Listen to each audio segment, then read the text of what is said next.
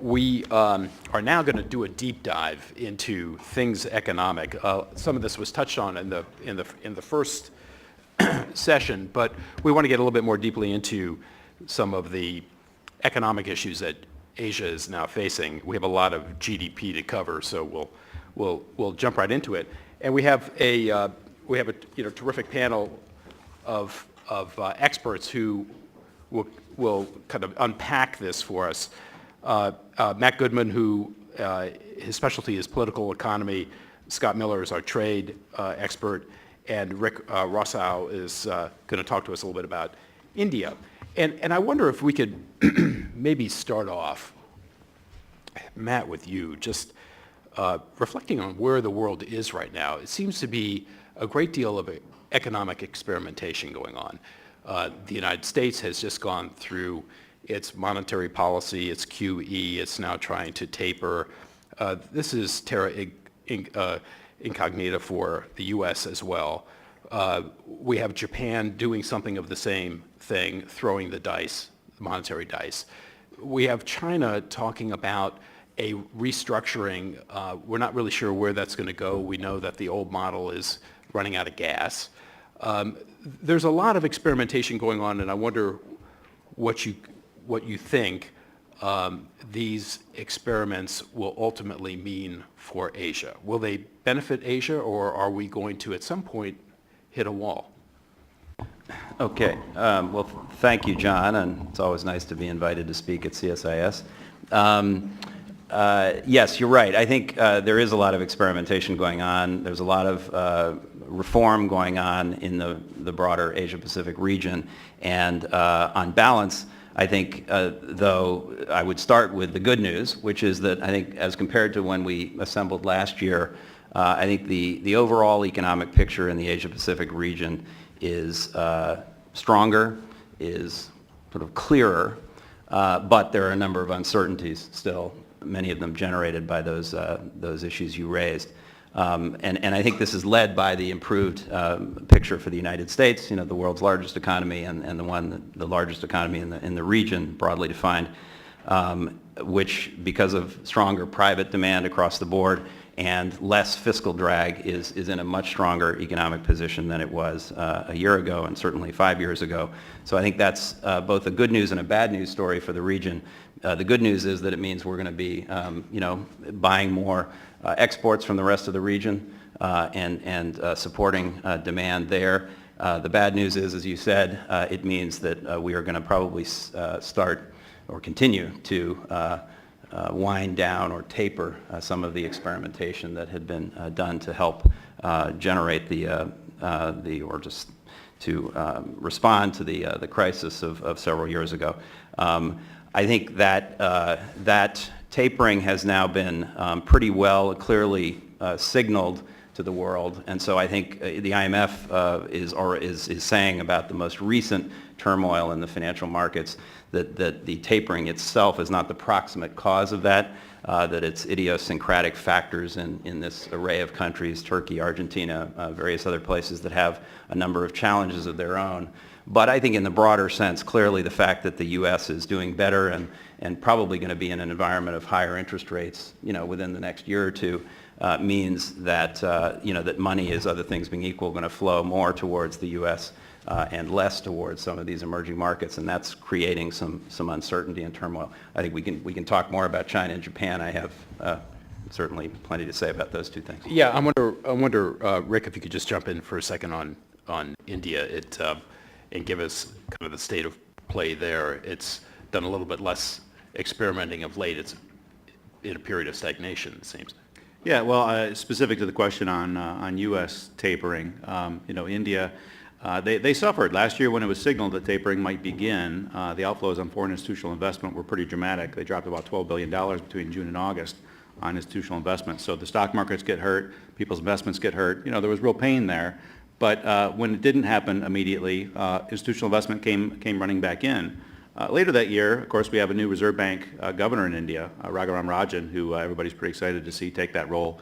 And in his inaugural speech, he said that looking at U.S. tapering, that he wanted to make sure that India developed a bulletproof balance sheet. Now, government officials, finance ministry, prime minister and others would love to see India begin to bring down their core interest rates as well to try to stimulate economic growth. And that was an expectation, Rajan coming in, that he would lead the charge on that. Contrary to expectations, when he came in, he actually increased core interest rates. And in fact, just yesterday, they increased the repo rate by 25 basis points again. So they're attempting to give themselves additional room, dramatic room, in case they do need to bring down interest rates in response to when tapering actually takes place. So specific to U.S. tapering, that's kind of been their reaction. I know the question also is about India and its own fiscal policy following their slowdown. They did, as many other countries did, launch several stimulus packages afterwards. I think they have brought down spending in terms of government spending as a percent of the economy back down to the levels that they were approximately before the slowdown happened. But it appears so far that most of the cutting that's been done is on things like infrastructure. They haven't actually cut back on social programs and in fact launched more social spending programs. So they have been cutting back to try to meet targets they had pre-crisis, but probably cutting in the wrong places in terms of positioning the country for further economic growth in the future. Scott, I mean, one additional experiment that's kind of taking form is the TPP, which we've touched on in the previous session, but this is a big roll of dice. It is a big ask, not just for Vietnam, but for a lot of these countries. Can you just give us your kind of top of mind on where that stands, how it's likely to influence economic activity in Asia? Well, the world used to be divisible into the bold, the brave, and the amazed to be here. And TPP is one of these amazed to be here situations. If you recall the history, it looks to me like we backed into this thing, and it turned out to be quite useful as a policy tool, both trade policy and economic policy. But this all started with an existing agreement called the P4 that the United States agreed to join in 2008. And at that time, the joke in Washington is we were going to get a free trade agreement with Brunei, and everybody was thrilled about that. So what happened is the good news is there's underlying demand for U.S. economic engagement in the region. And I think the reason TPP became something more than a free trade agreement with Brunei and other partners we already had agreed with is because there's a real policy imperative to keep U.S. engagement in the region. It's important to U.S. firms and their operations abroad. It's also important to our allies in Asia Pacific. So this became the manifestation of how U.S. rules and U.S. principles and U.S. engagement would be advanced in the region. It became very popular, and the popularity of TPP accomplished some things that I don't think would have happened in the absence of it. For instance, if you think back to 2008, 2009, 2010, there frankly wasn't much political appetite in the United States for a robust agenda of bilateral free trade agreements. Senator Obama, when in his 2008 campaign, barely mentioned trade except to say he wanted to renegotiate NAFTA. And so there was mostly a domestic agenda, and frankly, with the 2008 financial crisis upon us and the collapse of the housing sector, there was a lot of focus on domestic policy, rightly so. But there really wasn't an appetite for a range of new free trade agreements. But here we are, 5 years later, we're negotiating basically bilateral free trade with Japan, one of our top 5 trading partners. We are, to the President's credit, renegotiating NAFTA because the entry of Mexico and Canada into the TPP is the opportunity to update a 20-year-old agreement and modernize it for the changes that have taken place. So from a policy standpoint, it's really interesting, but it is surprising that we're here at this interesting moment. I mean, it's remarkable with the transatlantic partnership trade negotiation going on as well, that this administration is one of the most trade-inclined administrations we've seen, since, I guess, the 90s, it would seem to me. Clearly, in the last 20 years, the only time that's even comparable is when the George H.W. Bush administration was negotiating the Uruguay round of the GATT, what led to the WTO, and the NAFTA at the same time. We haven't really been this ambitious since then. Yeah. Matt, how much of the TPP, let's get back to China for a second, is as a reaction to China? China is sniffing around the TPP. It hasn't said that it's interested in negotiating entry into the TPP. The U.S. is kind of hoping to bring it in at some point. But this is not necessarily an anti-China trade pact, but a trade pact with China in mind, in that there were deficiencies in the WTO. The business community has been through Washington repeatedly over the last 3 years of indigenous innovation efforts in China, and also lately the anti-monopoly law that's been holding back U.S. business investment and foreign business investment in China. They have been unsatisfied with certain aspects of the WTO. Is this kind of a reflection of the need to not just update the WTO, but to correct the WTO? Yeah, I think you've basically answered the question. I think TPP, as Scott said, was sort of something that was kind of backed into and it became, and it now very much is, the central strategic thrust of both U.S. trade policy broadly, but also of U.S. Asia policy, I think, and we can talk about that some more.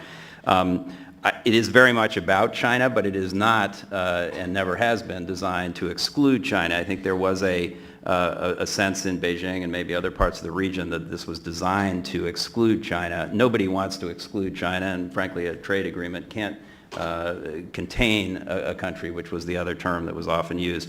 But it is very much about trying to update and reaffirm the rules of the international trading system. And as you said, there had not been a very happy experience with trying to do that in the first best way, which is to do it multilaterally in the WTO. We had tried to go up that mountain. We couldn't get to the summit, and we had to pull back and find another way around the mountain. And I think we sort of were able to latch on to TPP and then TTIP, the European agreement, as another path up that mountain.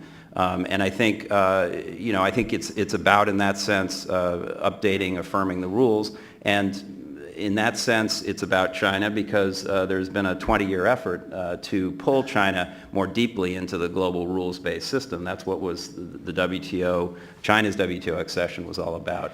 And so this is a sort of continuation of that story, in a sense. Yeah. The other big party here is Japan, that is much more engaged at this point. Let's walk through what's happening in the reform efforts in Japan and China. Let's maybe start off with Japan.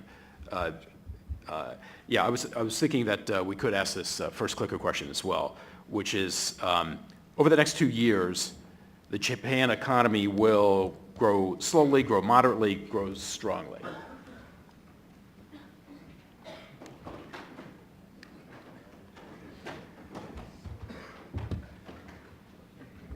For those who weren't here in the first round, you can click one answer, you can change your answer for another 3 seconds, and then you're stuck. All right, so it looks like the last 20 years of trajectory is kind of what people think. Those of large number of people that think it's going to grow moderately. Let's go to the second question as well. Over the next 2 years, the Chinese economy will stall, A, pick A, B, grow moderately, C, grow strongly, D, face a major crisis. There's a fair amount of confidence.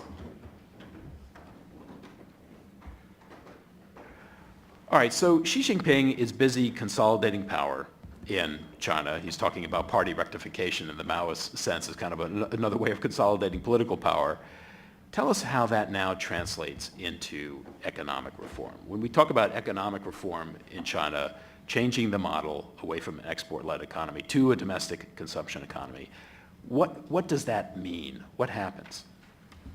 Okay, well, I think you heard Chris Johnson, the real China expert, talk about the relationship between political and economic reform, and so I won't delve into that at high risk to all of us. But I will just talk about what I think is going on economically. So China has, in a sense, been a victim of its own success. For 30 years, it's been growing at, whatever the real number is, plus or minus 10% a year, and it has brought hundreds of millions of people out of poverty and has been very just miraculously successful. And I think due to some earlier reforms launched, as we know, by Deng Xiaoping, that really sparked this tremendous increase in participation and productivity and growth. And what's happened is they've now hit what's commonly known as the middle income trap. Many of the advantages that they had during that 30-year period when they had essentially an inexhaustible supply of cheap labor, they had large open markets to sell relatively low value-added products into, and they had sort of one objective, which was to promote growth and raise incomes. All of those things have gone away. Costs have gone up in China fairly substantially. Markets are not as strong as they were, and if China is going to compete, they're going to have to produce more high value-added, innovative products, and they haven't yet managed to reach that level of sophistication in their economy. So they're stuck. And most countries, the World Bank has studied this going back 50 years, something like 100 countries they studied. Only 13 or something broke out of this middle income trap. It's very challenging to move to the next level of technological sophistication to overcome that cost structure. And the way China has, I think China, the good news is China recognizes that they have a problem, and like all good alcoholics, the first step to recovery is recognizing you have a problem. There's no question they know that this is a challenge, and they have laid out in that third plenum document last November a very credible plan that addresses this set of challenges and tries to move them to a more consumption-led pattern of growth rather than one based on heavy investment and exports, both of which have reached their limits. So I think this is the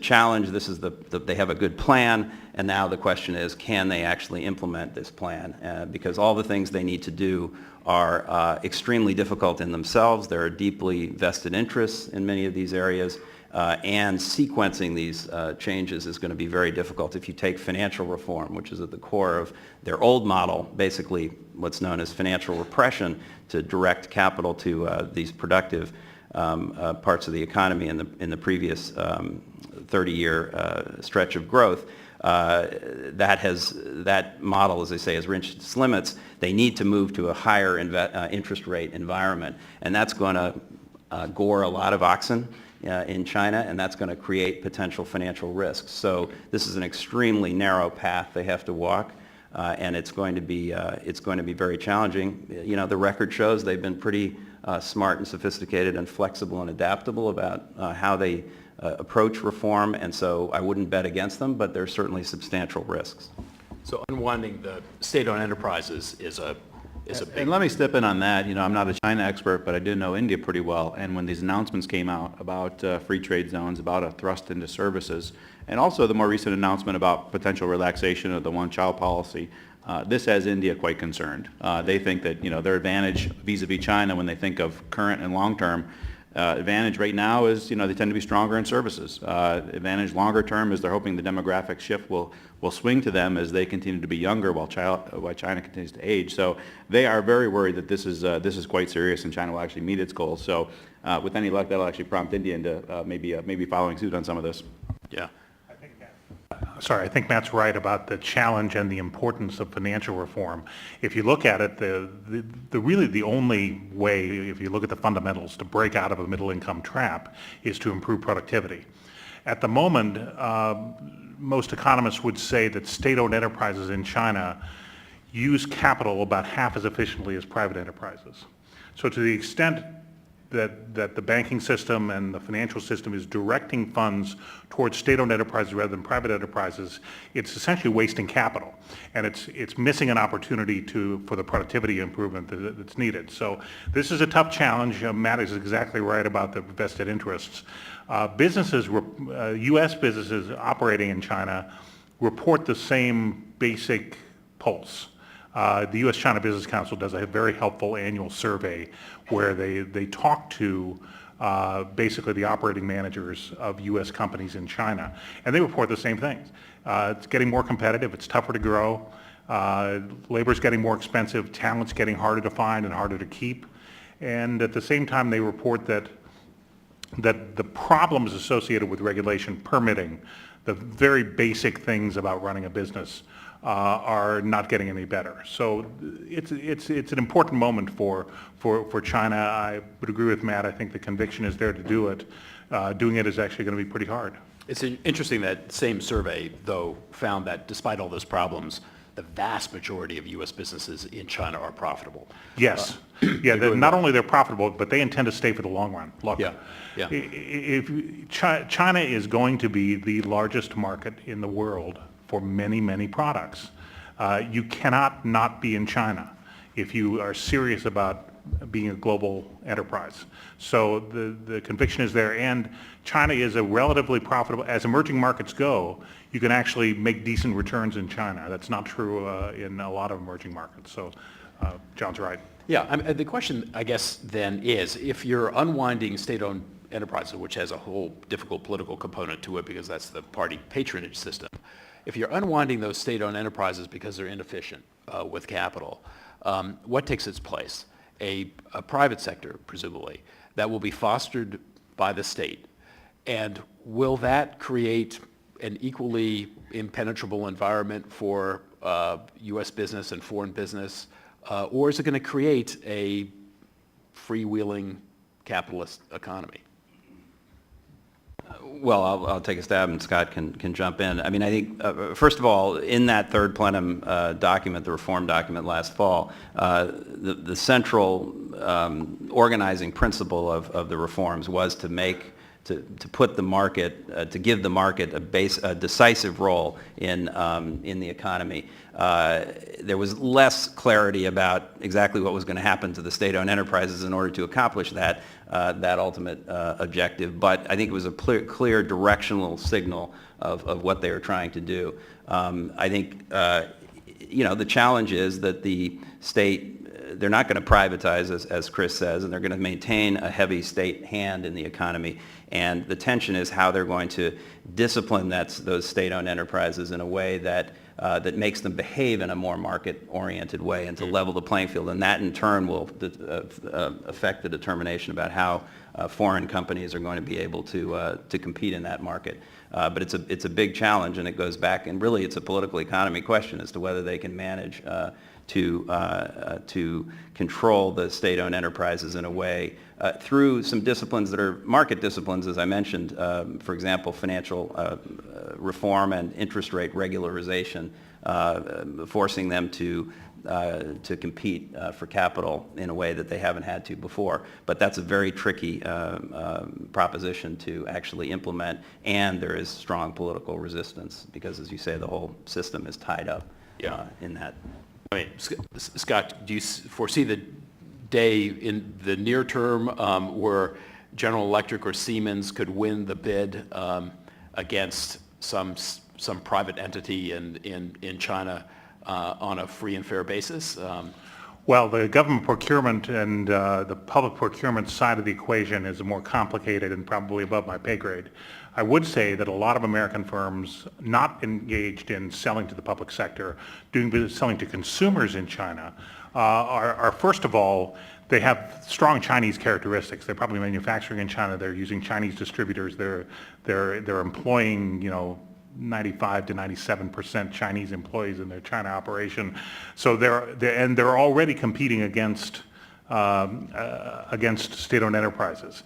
It's that part of the economy, where the consumer economy, and my former employer was in the battery business, and Rossow batteries competed against some very successful state-owned enterprises in China. So it can happen in sort of consumer businesses as well as public procurement. But the real question is, what is the dynamic, and are the markets contestable for firms regardless of their structure and national origin? Can I just say one more thing about China before we move on, if we're going to? That we should applaud the audience for getting the correct answer in B, except that the only question is what moderately means. If as most forecasters predict, from the IMF to most private forecasters predict that China is going to grow about 7.5% this year as it did last year, then in one sense that's not moderate. That's very strong in global terms, and by the way, from a bigger base. So remember that's going to have a much bigger impact. On the other hand, by Chinese standards, as I mentioned, that's a significant slowdown from where they were a couple of years ago. And I think the big question is whether even that 7.5% is going to be sustainable, and whether some of the major risks in the economy are going to emerge in this period. And the big risk that everybody's talking about is the rapid expansion of credit in the economy that has created a huge debt overhang, something north of 200% of GDP now. A lot of it in local government, but also at the local level, but also more broadly in the banking system and the non-financial enterprise system. We had Chris did a very good program on this earlier this week, and I think the view of our panel then was that this is unlikely to produce certainly a global crisis, because a lot of this is RMB denominated. It's state to state transactions. There's not as much counterparty risk. They have a lot of assets they can throw at this, but it's there's a substantial, and that perhaps the local government debt problem is not by itself unmanageable, but the overall debt position in China is worrisome, and that's I think why you've seen, in fact I'd say that is the more proximate cause of some of the more recent concerns in the financial markets, that China is going to have some sort of problem with that. I'm not predicting that, but I think there are people who are very worried about that. So 7.4, 7.5% GDP growth rate. Is that enough? Is that enough to absorb the workers coming in from the rural sector into the urban centers? Is it enough to sustain economic growth in the rest of Asia? I think, if they were able to maintain 7.5 to 8% growth, they seem to think, and that's I think the most important measure, that would be, that would be enough to sustain all of those issues that you raised, including employment and managing this potential financial problem. I think the question is whether they're going to be able to maintain that rate, and whether they're going to be able to do that only by throwing more money at the economy, which will create even more debt potentially. It's been estimated that they used to get $1 of growth out of every $1 of investment. They're now it takes sort of $3 or $4 of credit expansion to get $1 of growth, and I think the concern is if that requires them to throw more and more money at the issue to generate that kind of growth, then you've got a potential really serious financial challenge. So I think that's the way to look at all of that. That they probably will maintain north of 7.5% growth, but there is a substantial risk they won't be able to without. Rick, what does a slowing China mean for India? Well, unfortunately, probably not much. I mean, the roots of the slowdown, is that I understand in China, the ability to absorb more labor from rural areas coming to the urban has come down somewhat. Manufacturing jobs, I've heard, have been lost to some extent, but they haven't been coming to India. So the root causes of China and slowing down a little bit, India had hoped to position itself to be the next manufacturing destination of choice, but they really hadn't taken many steps to actually become that. So the companies that I work with, they talk about Malaysia, Indonesia, they talk about Vietnam, they talk about Mexico, they talk about coming back to the United States. It appears that India is missing that second wave that they'd hoped to be able to take advantage of, as increasing manufacturing jobs in China was less feasible. So slowing China. The other big factor related to India is that India's got a massive trade deficit with China. So it sort of depends on what China's reaction is if they do try to put more product in the pipeline to India. Which they could. I mean, China obviously produces at a much lower cost than India can for a wide variety of products. So if they put more product in the pipeline, India's trade deficit goes up. And from our perspective in the United States, most of the backlash that we've seen over the last year from American companies concerned about India's trade practices, most of those practices that American companies are concerned about, local manufacturing rules and such, are a reaction to their massive trade deficit with China. So if this results in, which it hasn't so far, a rearrangement in India's trade relationship with China, if India's imports come down, then it might actually ease some of the import rules that have impacted American firms. If for some reason it triggers an increase in Chinese exports to India, then we could see more aggravation in the Indo-U.S. relationship. Scott, I cut you off. You were going to... Oh, no problem. I was just going to comment on the rest of Asia. Look, for at least the last decade, the rest of Asia has benefited magnificently from the steady growth of China. And in the industrialized economies in Asia, like Japan and Korea, have benefited from the existence of global value chains and the fact of China being sort of the center of factory Asia, and a lot of assembly that's taking place of high-tech goods produced in Japan, Taiwan, Korea. But also the less developed economies in Asia, the exporters of mainly commodities, have benefited immensely from high growth in China, which has sort of sucked in commodity purchases. So you have these circumstances that are likely going to need revisiting. A country like Indonesia. Indonesia has had very impressive, steady 6% annual growth for about 10 or 12 years.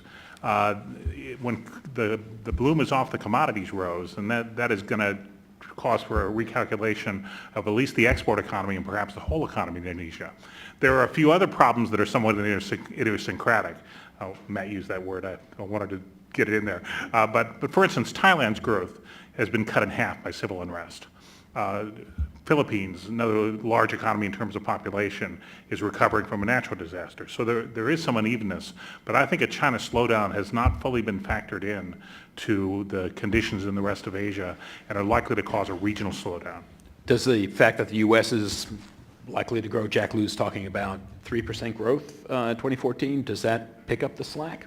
That helps. It certainly helps. And having the U.S. in a position of steady growth is very good news for the world, just because we're such a large share of the world economy and such a large share of world imports. World exports, I should say.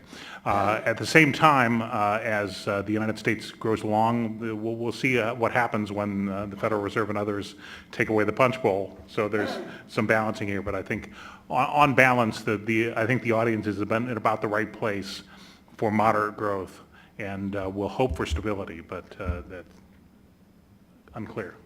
I agree with that. So over to Japan. Here too, a big roll of the dice. We've seen incredibly easy monetary policy.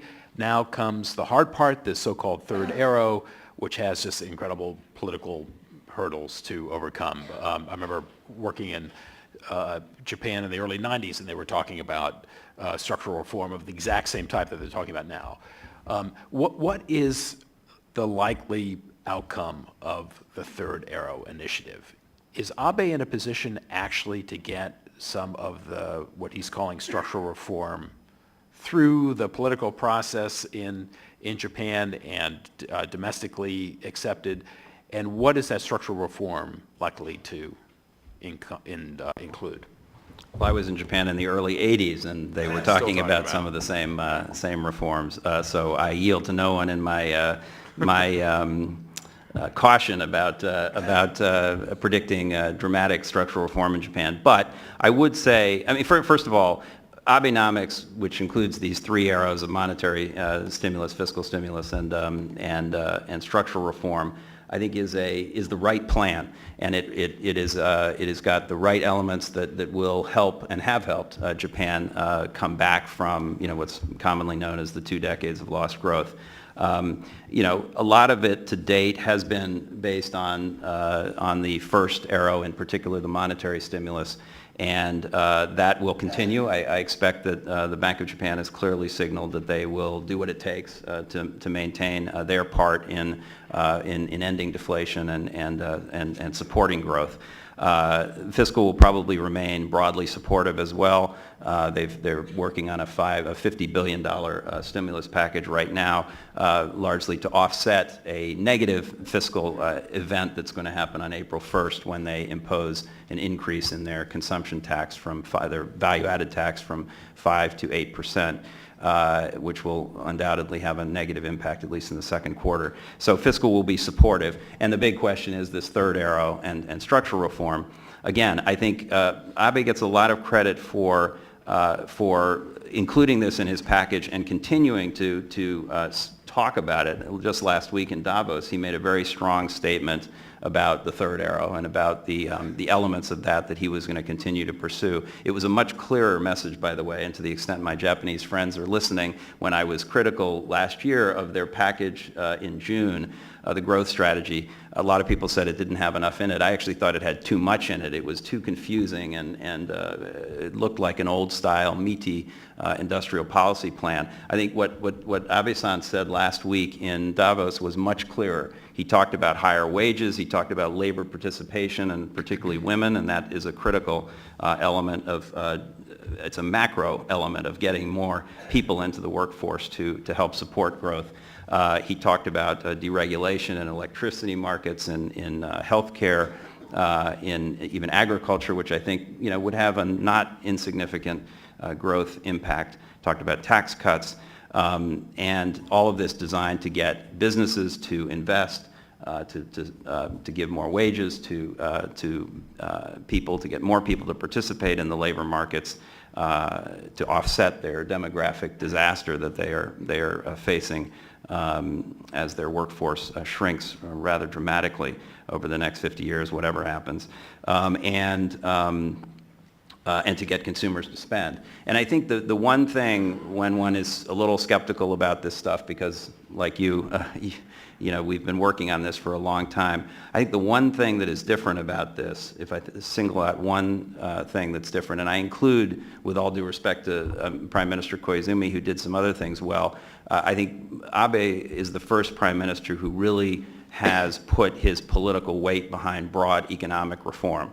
I think Koizumi was more interested in a sense in political reform. I think Abe has really, I don't think he really understands all of the economic issues that he's pushing on, but I do think he understands that it's an important political part of his political strategy, and he's been willing to spend some capital.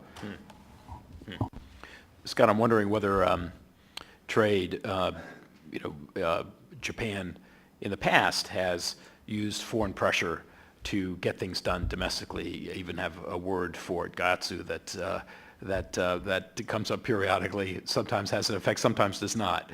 I wonder whether the TPP is being deployed strategically by the Japanese to begin to push some of the structural reform.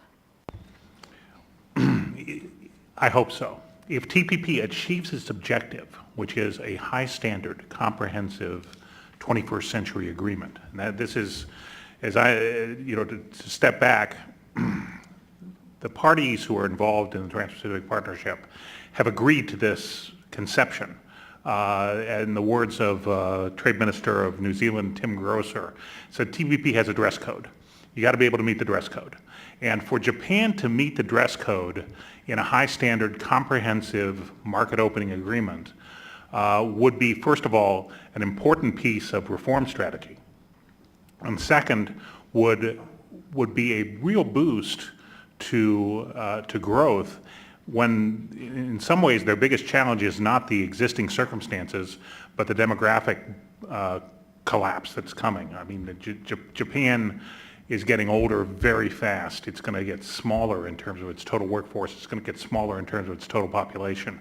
Without some major reform in sort of the way it utilizes factor endowments, Japan's, the normal path, the null hypothesis is Japan shrinks, okay? And that's not Japan's goal.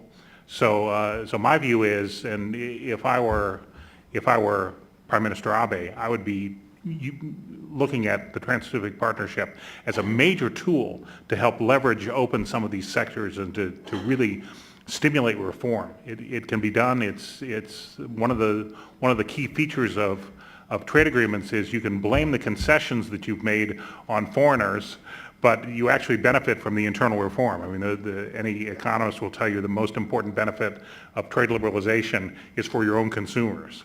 And so getting those benefits while being able to blame them on foreigners is a win-win situation. I hope he uses it. Is that sense of demographic crisis that Abe may see, is that something that the Japanese population has accepted and realizes that these kinds of very difficult, politically challenging structural reforms actually, in fact, need to happen? I mean, I think there's actually been too gloomy a view. I mean, it is gloomy. It's a gloomy situation. I mean, the workforce in Japan was about 85 million people in 1990, and by mid-century it's going to be 55 million. I mean, that is a scary trajectory.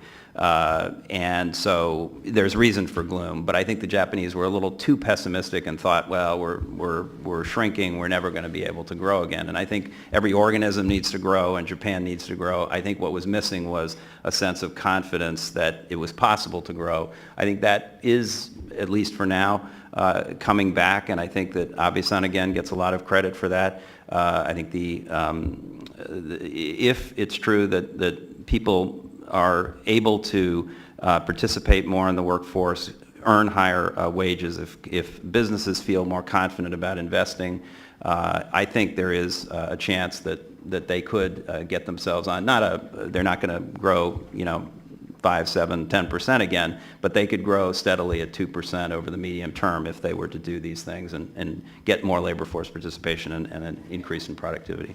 Let's switch to India for a second and go to our third question, if we could, for the audience to respond to. Through November, America's year-on-year trade with India in 2013 is A, up 3%, heading towards an all-time record, B, down 10%, heading for its 2011 level, C, down 25%, heading for its 2010 level, or D, down 50%, heading for its 2007 level.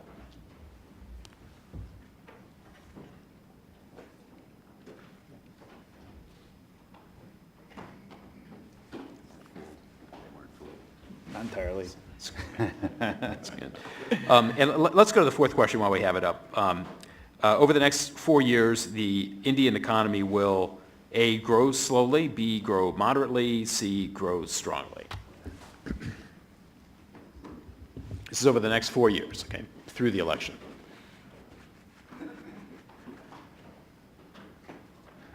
All right, so Rick, that's not too gloomy, and the audience got the trick question right.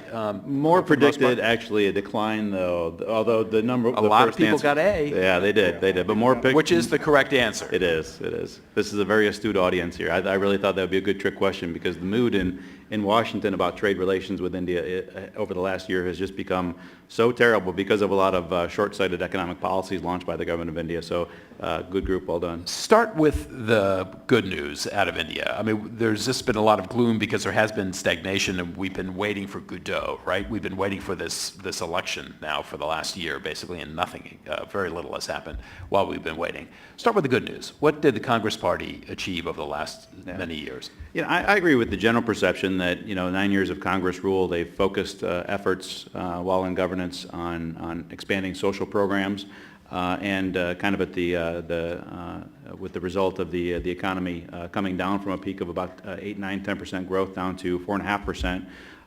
One bit of good news out of that is it appears without ever attempting any major economic reforms, they're now at 4.5% growth, and that looks like we may have actually hit the floor. So as bad as India could be, barring a war or something like that, it looks like 4.5% is a real floor for India's economic growth. So after 2 straight years of quarterly declines in economic growth, it's nice that we appear to hit the trough.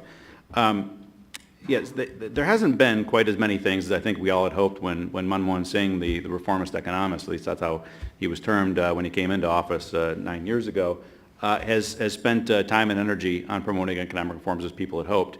And the economy has suffered as a result. But just to provide some alternative viewpoints for this group, we did pull together some of the things that we think, if you were to look back at this period 10 years from now and say, well, there were some nuggets that they began while they were in power that actually yielded real fruit in economic growth later on. Let me just point out a couple of those. First of all, this program that they call Aadhaar, setting unique ID for every Indian citizen. 600 million Indians now have been ID'd biometrically.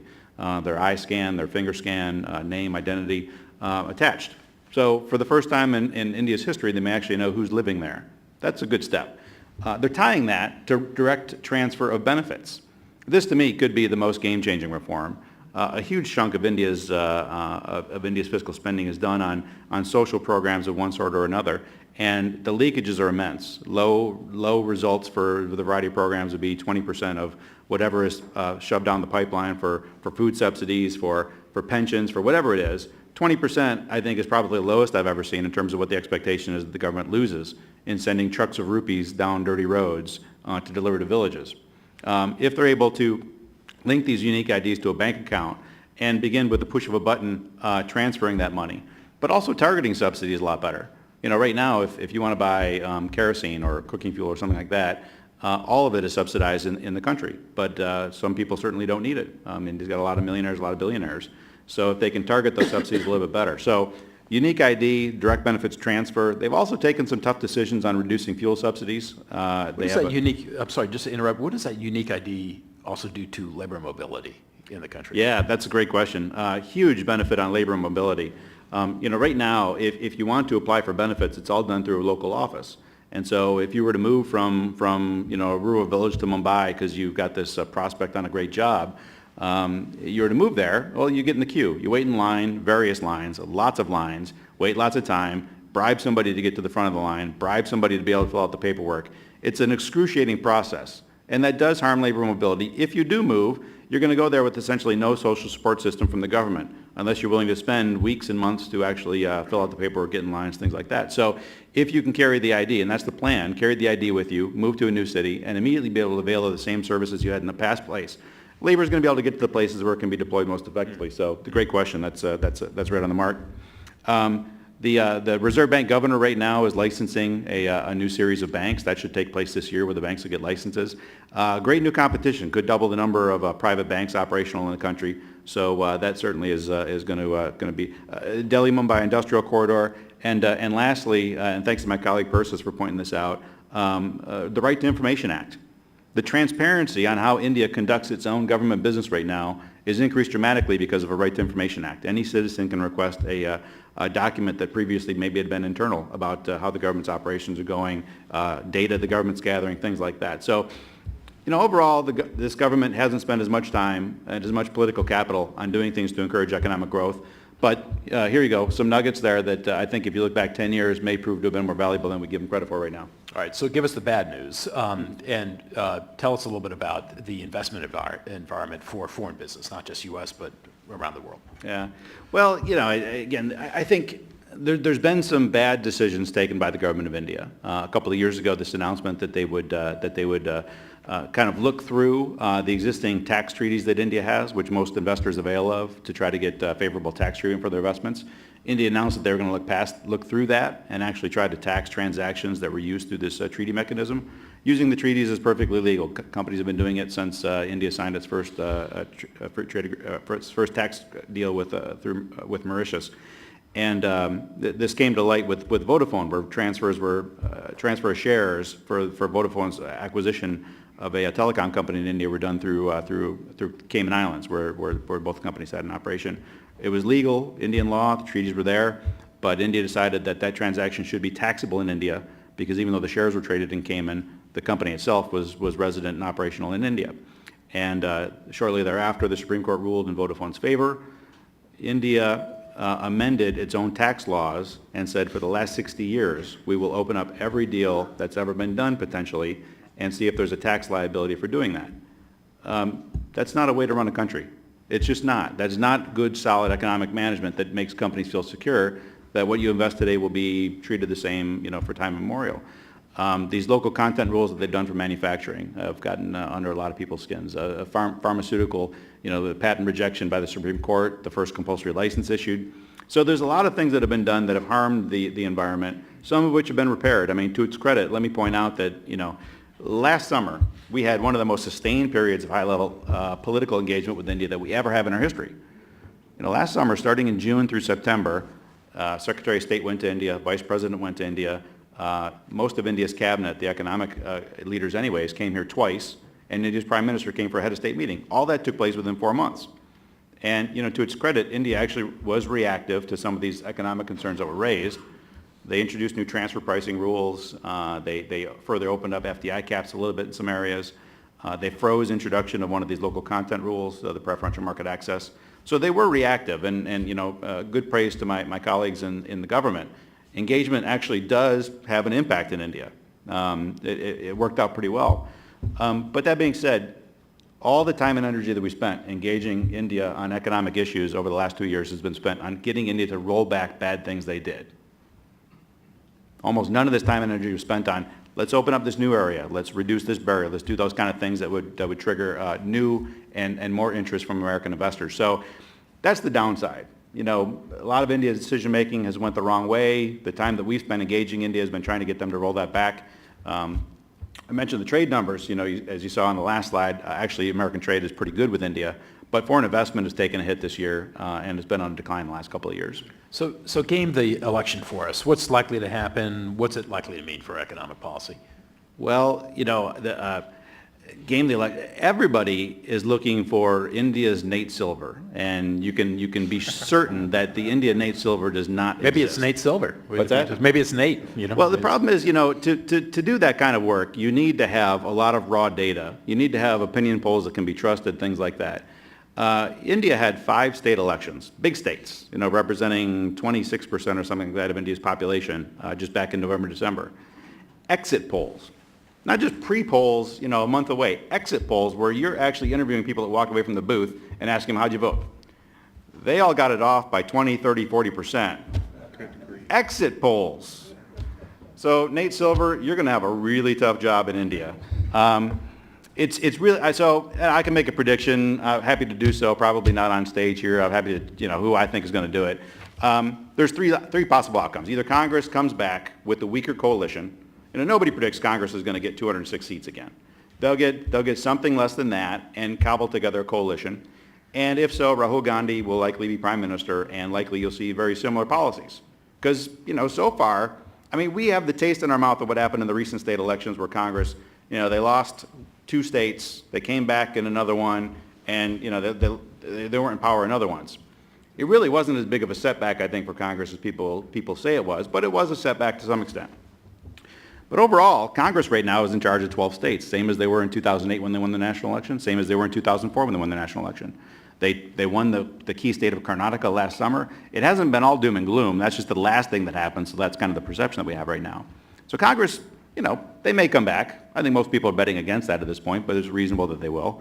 And if so, we'll see economic policy and social policy that I think would be pretty similar to what we've seen. Alternative number 2 is a BJP coalition comes to power. BJP has 120 seats or so, and I think expectations now is that they may win 180 to 200 seats. With Narendra Modi, who's got this reputation of being very pro-Hindu, anti-Muslim, but also great for economic growth, he's got a lot of supporters and detractors. He may have a more difficult time finding coalition allies after achieving these numbers, but it's very reasonable that he will become the next prime minister of the country. And I think if you were to look at his track record in Gujarat of attracting investment, running a relatively transparent administration, but also, and people kind of forget this, but the BJP not too long ago was actually in power in the center for 5 years, from 98 to 2004. And they did test nuclear devices, and that caused a little bit of friction, I know. But beyond that, they did a lot of work on economic reforms. They opened up new sectors for investment. So looking at their track record and Modi's track record, you can expect that probably the economy will get a lot more attention under a BJP government. The third possible is a coalition of these regional parties. Manages to cobble together enough numbers where they can form a government. Likely they can't do it unless they have the external support of either Congress or BJP, but it's reasonable and it's happened in the past, and it's never been stable. And most of these regional leaders, they're going to be fighting for their own piece of pie. These regional parties have no pretense that they will ever become a national party. Some of them pretend they will, but they've never really been able to do so.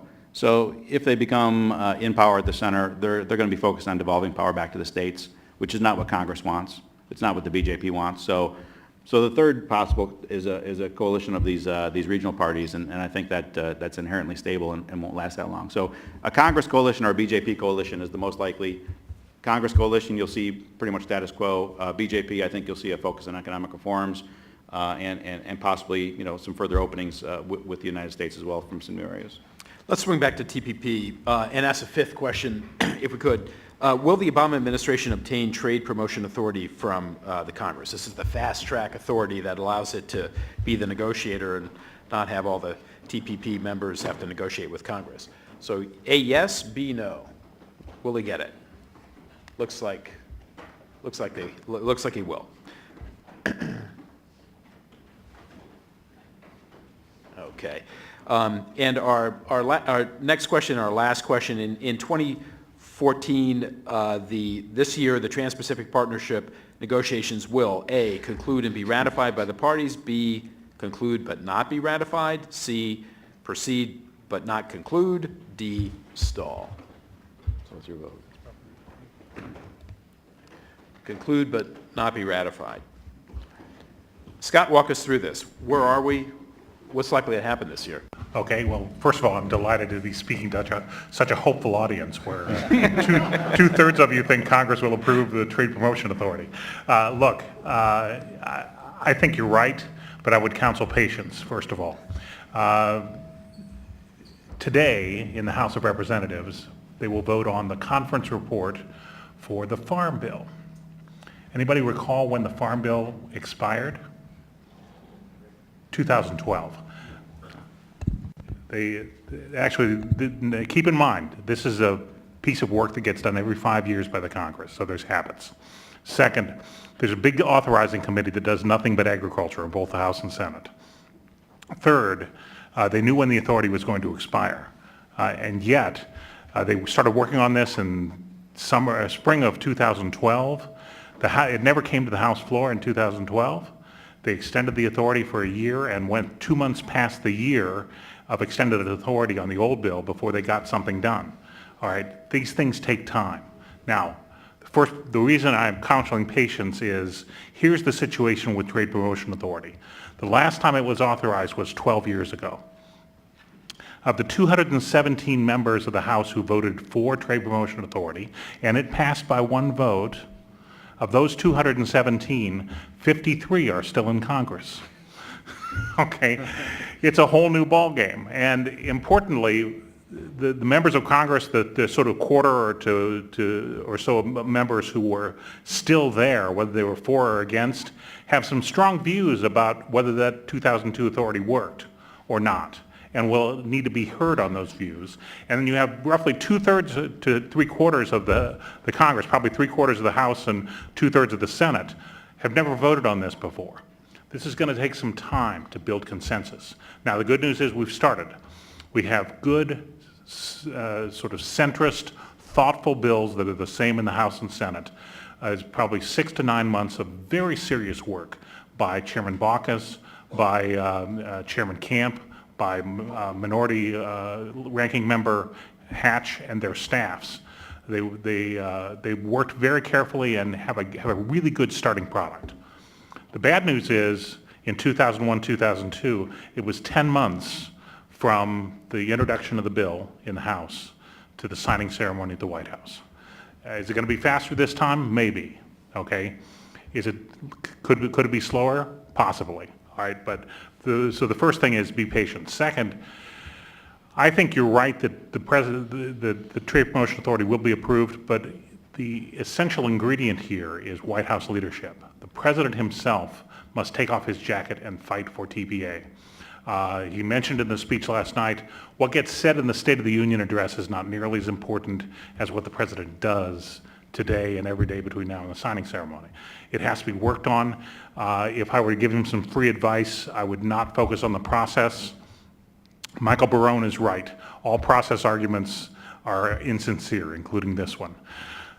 So don't focus on the process and whether it's constitutional. It's been done for 40 years. Focus on the foreign policy imperative of Asia, because that's where members of Congress who swear an oath to uphold the Constitution and defend the United States can be addressed in the best and highest manner, and can support the need for U.S. presence in the Asia-Pacific and the need for a good rule set with our European allies. Matt, this does have that perspective to it, and it is historic and it's big. It didn't even get a drive-by in the State of the Union last night, though the State of the Union was primarily a political speech about 2014, but it wasn't, it wasn't an element.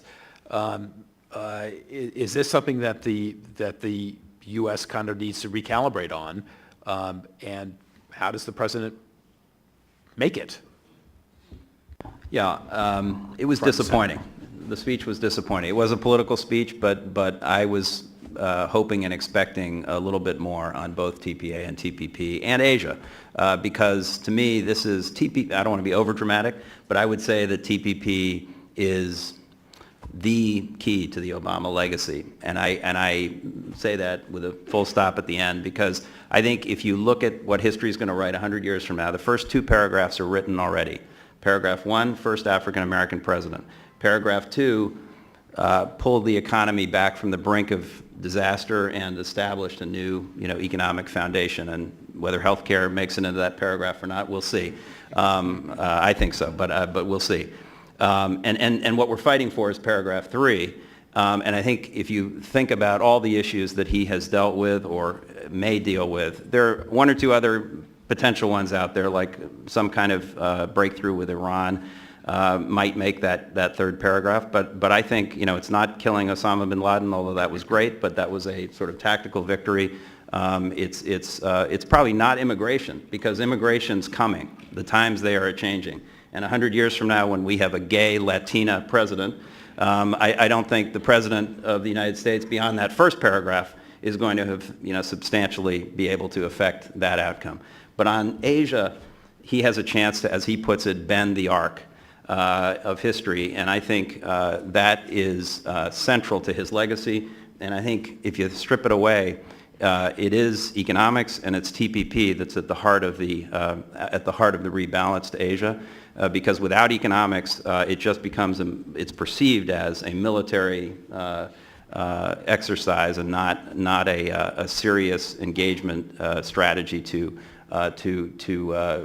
create an enduring U.S. presence in the region, and a U.S. presence that champions the rules of the region. And I think TPP is the key to that. So I think the president knows that, and I think certainly Mike Froman knows that. I worked with Mike pretty closely, and that's what gives me the most hope in all this. A lot of the things that need to be done on both TPP and TPA are not particularly, they're certainly not politically very attractive, and they're not things that you can mostly, reduce to a soundbite. They require rolling up your sleeves and working the politics and the economics and the negotiations themselves, and there's nobody better than Mike Froman to do that. Has the full confidence of the president in doing that, and so that's what keeps me hopeful about this. But I would just stress that it's got to happen, and whether it happens in the next 3 months before the president goes to Asia or not, and I do think that's an action-forcing event, as our previous panelists said, and I'm hopeful that it will get done by then. But whether it does get done then or later this year or even next year, it's got to get done. Yeah, Mike Froman, the Chief Trade Negotiator of the USTR. I want to go to questions in just a second, but come back to Scott for just one more moment. That being as it is, where are the negotiations now? Is it even conceivable that, given the complexity of them, they're talking about constraining state-owned industries that affects everybody from Vietnam all the way through Asia? These are complex issues. Where are the negotiations now, and is it conceivable that they could be concluded in 2014?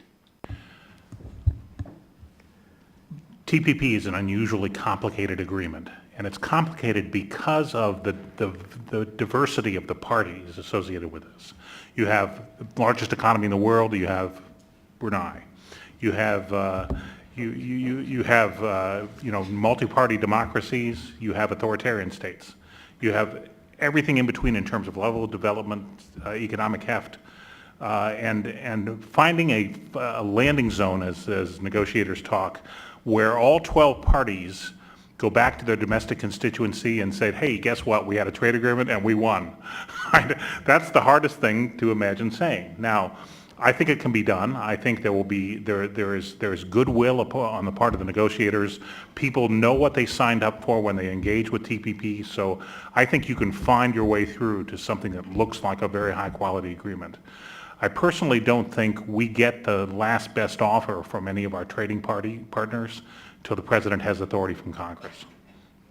And so for me, the timetable is deal with Trade Promotion Authority, get your marching orders from the Congress, have that TPA set the red lines, and then close the agreement. And the Congress, our Congress was never going to see the implementing bill for Trans-Pacific Partnership before the 2014 elections anyway. So if it's a 2015 deal, use 2014, get the authority, close the deal. But I think we know what a close might be. I don't think we actually get there till our partners in the negotiation are confident that the deal's not going to get picked apart. So, Great. Questions? Yes, please, right here. And again, please use the microphone and identify yourself. Thanks. Hello, I'm Andre Silverzo, and I'm the Chief Representative in Vietnam for a company based in Detroit. Full disclosure, also one of President Obama's presidential partners. So, you know, kind of a foot in a couple camps. Now, my question is on TPP, and I favor it myself for all the reasons that you've said, and Ernie Bauer and all of you. But here's a question. It's strange, it seems strange to me in terms of domestic politics, that some of President Obama's usually strong progressive supporters, such as Harold Meyerson writing in the Washington Post, and some of the commentators on MSNBC like Ed Schultz, usually very supportive of him. But they have said, they use a lot of arguments, that it's bad for U.S. labor. And one of the pejorative comparisons they often make is they'll say, oh, a Vietnamese worker, the country I work in, a Vietnamese worker makes how much money an hour? And the American workers already underpaid and they need to make more. And it gets back to the complexity that you were talking about. But my question is, are the critics of the TPP who are against it that I just mentioned, are they wrong in their facts? Or are they right and everything we've been saying this morning is also right, and it's just that we have to decide which is more important? Yeah. Scott, where does labor stand on the TPP? Sure. Let me answer your question, both questions. First, the question about the president's supporters. The political calculation here is very tough for the president, and I want to say I understand completely how difficult his politics are. Trade is an issue that unites Republicans and divides Democrats. And he's got to deal with the skeptics in his own party, and he's got to cooperate with Republicans, both of which are difficult political acts in this town for any president, including this one. Second, with regard to the arguments that are made, I'll let the AFL-CIO and others speak for themselves about their opposition to the agreement and why. But if you look at our current economic recovery, where we're still having problems are in sectors like housing, which were part of the bubble and slow to recover, housing and construction.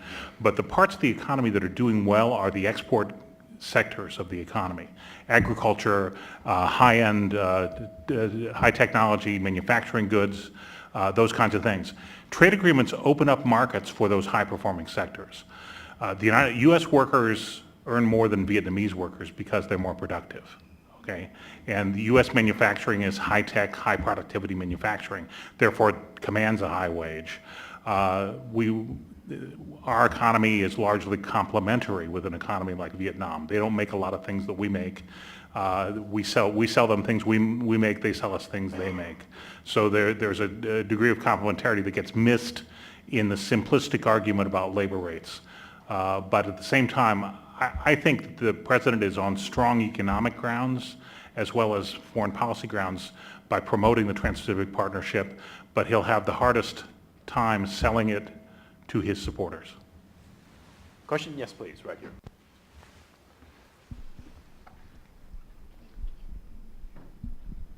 Hi, I'm Caitlin with Congressman Charles Bustani's office. I just had a quick question regarding how U.S. energy development and export capabilities could play a role with our Asian partners in the future, whether it's LNG specific with in India and Japan tie, or oil exports and offshore development going on in Vietnam. It's a great question. We're not exporting oil quite yet, but LNG's lining up. Key for India. You were asking the government of India, what are your couple of requests you've got for the United States? Because we've got a list a mile long for India. It's a really short list. You know, they talk about they want more visas, they want totalization agreement for Social Security, and they want American natural gas. You know, India has got power plants right now that are lying idle, despite the fact that they've got a massive power deficit throughout the country, and they see, you know, American gas, especially at the same time as we're trying to push them to reduce their reliance on actually it's oil exports out of Iran. We're trying to get India to find alternative sources for that. So it's a natural complementarity to our other asks there. And two of the 4 facilities now that have been licensed, 2 of the American export facilities that have been licensed for free export, not just FDA partners. 2 of those, some of the export from that is already tied up to go to India. So a couple of nice steps, but India would love to have a blanket exemption for all terminals to be able to export there, because, as you know, it's a funny thing, but having ducked into this a little bit, and I'm sure you know, most American natural gas terminals were built for import. And so these 2 terminals that are now allowed to export, they got to go through a multi-year refitting so that they can actually transport it out rather than bring it in. So funny scenario there, but critical for India. They very much want it. You know, in foreign policy, the Dust Bowl lives on. In American energy policy, the Arab oil embargo of 1973 lives on. So we negotiate all these free trade agreements, but crude oil is not a part of them because there's a congressional ban on exports of crude oil, despite the fact we're now at a 40-year high in crude oil production in the United States. And But that was done for national security purposes. Right. You'd stabilize markets, and you'd probably improve consumer pricing and certainly get price stability if we could export crude oil as well.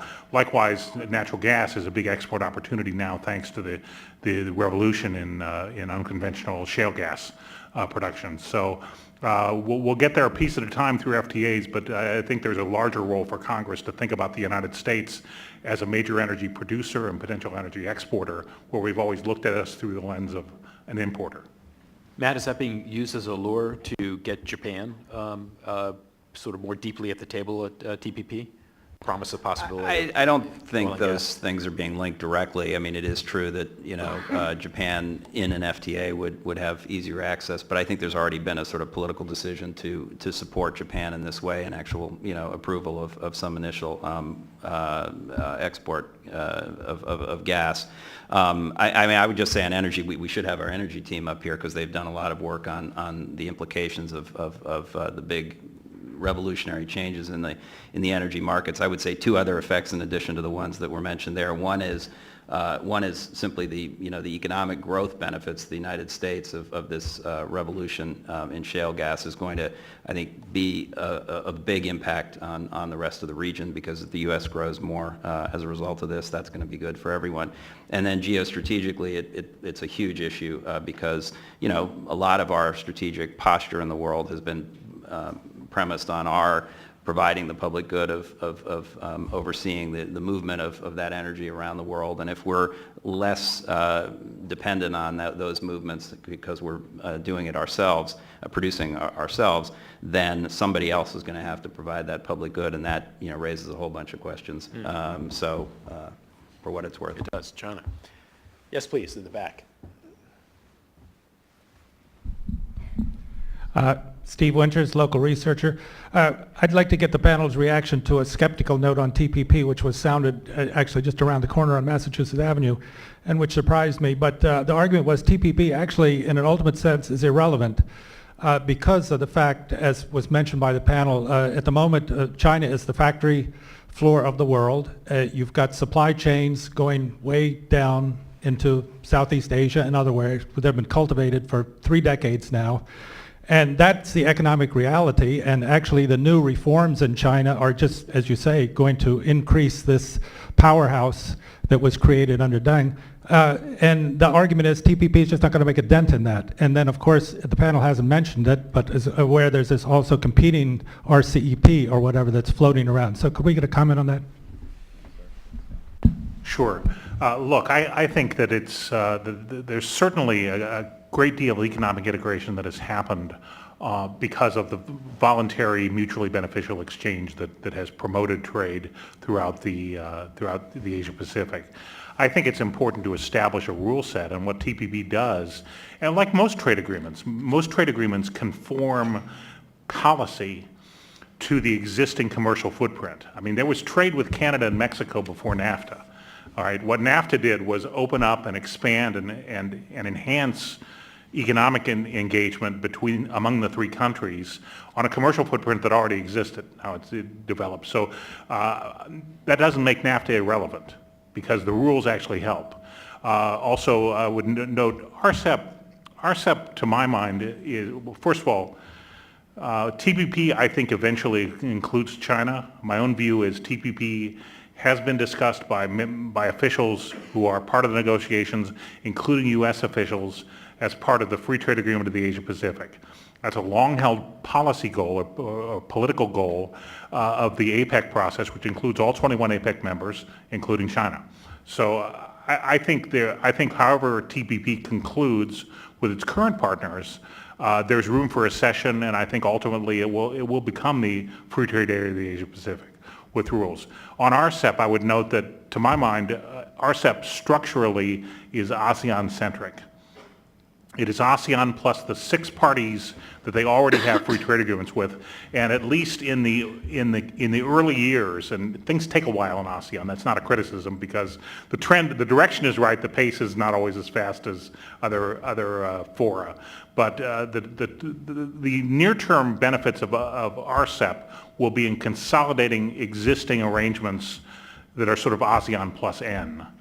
So I think that the two agreements, TPP and RCEP, can both be interoperable and will both benefit consumers and producers in the region. But I do think that it's important for governments to conform policy with business realities, and for me, that's the real benefit of TPP. I totally agree with everything that Scott said. Let me just add one additional point to plug a report that we put out in late last year about using APEC this year under Chinese leadership to start talking about how to work to bring these different approaches together and to make them interoperable. And obviously the key to this is the global supply chain story and trying to facilitate that, because whichever one of these agreements you're in, you're not going to want to have 3 different customs forms for different people, whether they're in or out of one particular agreement. And China, has been a pretty constructive host of APEC in the past, and I think they're taking it quite seriously. And certainly, I think Scott and I hope that they will look to these issues to try to figure out a way of bringing these agreements together in a practical way, because the ultimate objective is one big area that conforms to the business realities. There's one other agreement too that doesn't get nearly as much attention. We don't have a clicker question for this, but can I get a show of hands? Who here has heard of the Trade and Services Agreement? Very small number. Something good to look up when you get back to the office there. This is a free trade agreement that so far the United States, Europe, China showed an interest in getting involved in. It won't include agriculture and it won't include import-export of goods. But on the services side, who knows how big this can do? It's being done under the auspices of the WTO. It doesn't get the attention because some of the meetings take place in a coffee house in Geneva rather than these big ministerials. But a number of companies, financial services, retailers, technology companies on the services side are very excited about what the opportunity for this is. Now, at the end of the day, it's got some very different actors. Pakistan, for instance, is a member of the negotiating group for the Trade and Services Agreement. It's not the usual cast of characters. It's not ones where we necessarily have trade agreements with already. But at least for the services side of the economy, it could also be another large one in terms of, this president's trade agenda being sort of underappreciated in some sense. That's another deal that's kind of out there right now that has already had a couple of rounds of negotiations formally. Next question. Yes, please, right here. A reporter from the Voice of America. A follow-up question about TPP in China. China is now showing more interest in joint TPP, and Mr. Goodman, you mentioned that the TPP is also a correction to WTO. So my question is it more difficult for China to join TPP than when China joined WTO? And with the economic reality they mentioned here, can China afford not to join TPP? Thank you.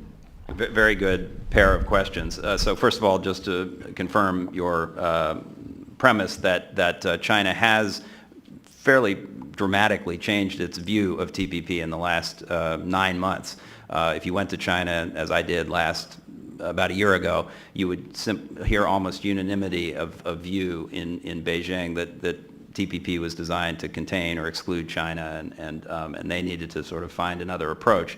I think what changed in the winter, early spring is that Japan joined TPP, and I think that changed Beijing's view of what this arrangement was. This is now a grouping that is a serious critical mass of the world economy, 40% of the world economy, that now is the place where the rules are being written. I mean, for better or for worse, they're not being written, and it is for worse, actually, that they're not being written in Geneva.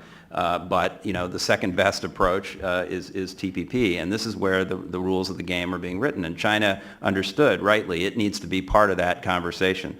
Now, whether it's going to be able to join, and by the way, it's been reflected not just in their sort of words, but I think the fact that they came to the table at the last strategic and economic dialogue, Beijing did, willing to talk about a U.S.-China bilateral investment treaty on the terms that the U.S. had long been seeking, a negative list approach to regulation and pre-establishment market access, I think was a reflection of that changed view of TPP. I think the Shanghai Free Trade Zone is another example where they realize they have to have these sort of rules that are consistent with global standards. So I think there have been some real changes as a result of this changed attitude.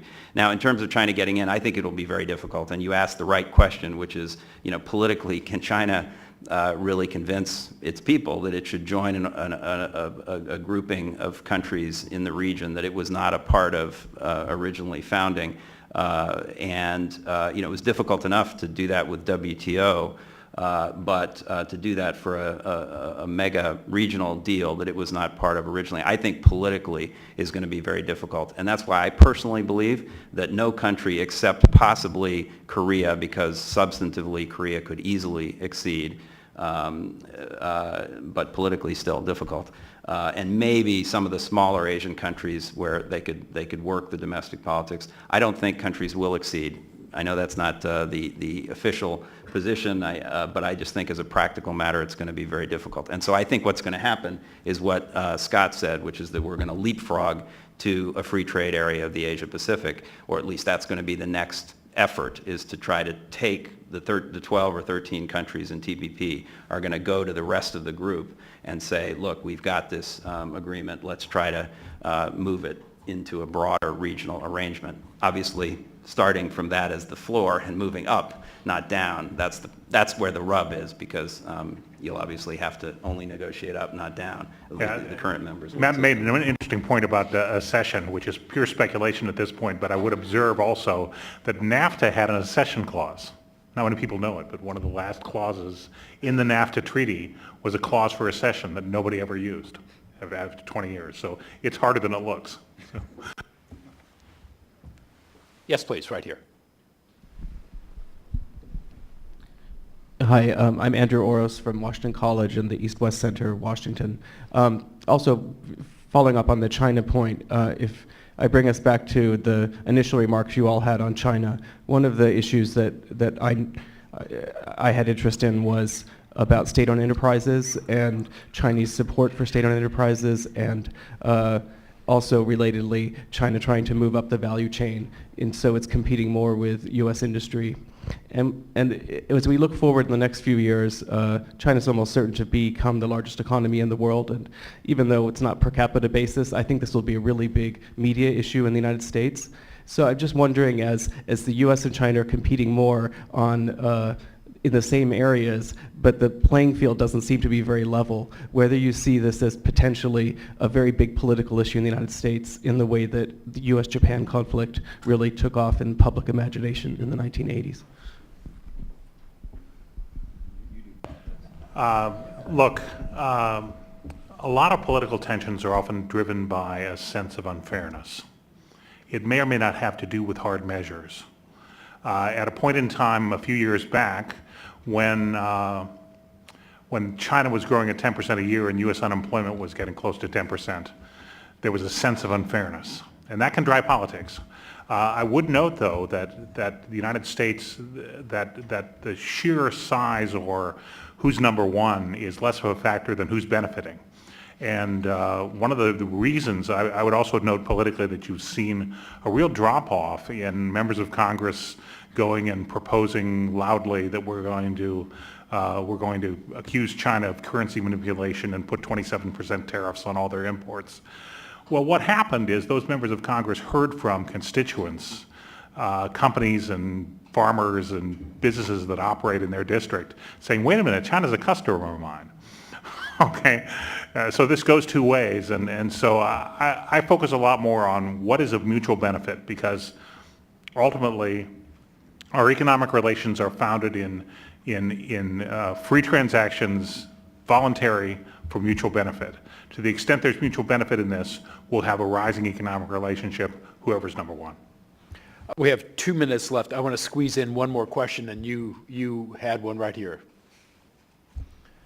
So if you could be brief. My name is Takeo Sumino. I'm from Bank Nomura. Following up the question, I do like to know how is this global economy will impact their industrial policy in China or India. Similarly, is it more protectionist to foster the domestic companies to go global, or are they going to be more open-minded to actually incur more foreign direct investment into the countries? China and India? China and India, yes. Well, for India, I think they've taken a step backwards to close the market, but not because they want to create national champions that can export, but just because particularly for government procurement and for some private sector procurement, they've got a huge import bill. You know, India's trade deficit last year was about $195 billion. And as a percent of the economy, it was more than 2 times America's trade deficit. And we know the problems that we've got when we talk about our deficit here. India's is considerably larger than ours as a percent of the economy. So they needed to do some things, they thought, to try to head that off. So it wasn't about building national champions and finding export markets, and maybe that's the case in China more so. For India, it was about trying to increase manufacturing in country, soaking up this the increased urbanization rates that they've had in recent years, the number of youths that are entering the workforce, and the fact they don't have basic manufacturing and assembly jobs to soak that up. So it's more about domestic considerations, but definitely moving in that direction. I mean, I think, as Rick just said, I think in China's case, there is probably more of a conscious effort to build national champions and to try to find markets abroad. And there have been a number of policies that have supported that, including ones that have been, and certainly in the view of the U.S. business community, tilting the playing field against them in the Chinese market and elsewhere.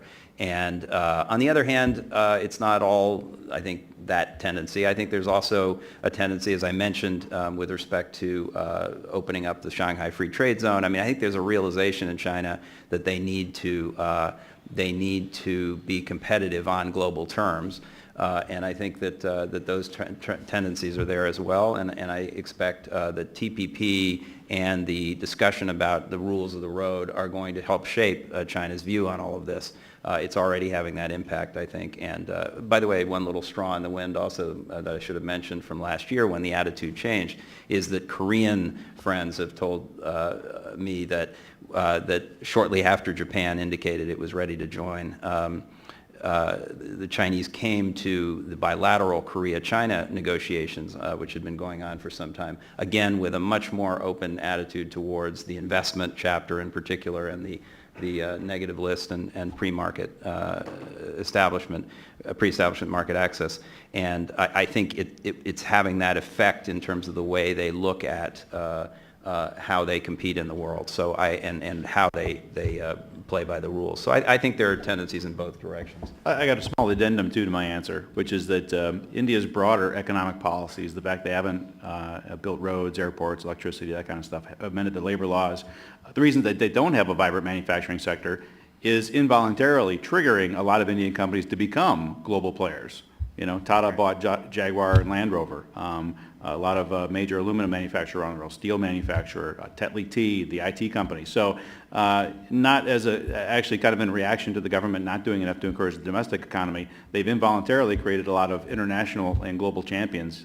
So a little different spin on the question there, kind of meeting that need without trying to do it. So we've run out of time, and you've earned lunch. Please join me in thanking Matt and Rick and Scott.